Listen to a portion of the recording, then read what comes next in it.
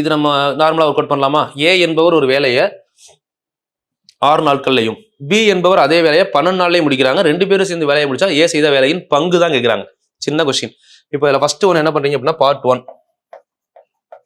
Sorry, first என்ன கண்டுபிடிக்கணும்? Step number 1.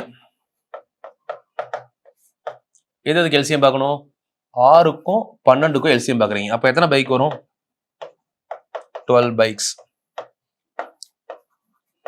Step number 2. Step number 2 வந்து பார்த்தீங்கன்னா, ஏ வந்து இந்த 12 பைக்கை எத்தனை நாளில் முடிக்கிறாங்க? 12 பைக்கை 6 நாளில் முடிக்கிறாங்க. ஒரு நாளைக்கு 2 பைக் பெர் டே. பி அதே 12 பைக்கை 12 நாளில் முடிக்கிறாங்க. ஒரு நாளைக்கு 1 பைக் பெர் டே. டோட்டலாக எத்தனை பைக் முடியுது? 2 1 3 பைக்கு. மொத்தம் 3 பைக்கு. இதில் இவங்க செஞ்ச பங்கு எவ்வளோ? ஏ எத்தனை பண்ணுறாங்க? 2, பி 3. ஸோ இவ்வளோதான் கான்செப்ட். ஏ பி 2 பேர் இருக்காங்க. மொத்தமாக முடியக்கூடிய வேலை 3. அதில் ஏ பண்ணது 2. இந்த 3ல் பி பண்ணது 1. இதுதான் அவங்க பங்கு. வேற ஒன்றுமே இல்லை. என்ன கேட்டிருக்காங்க? ஏ செய்த வேலையின் பங்குன்னு கேட்குறாங்களா? ஸோ அப்போ ஏ செய்த வேலையின் பங்குனா 2/3.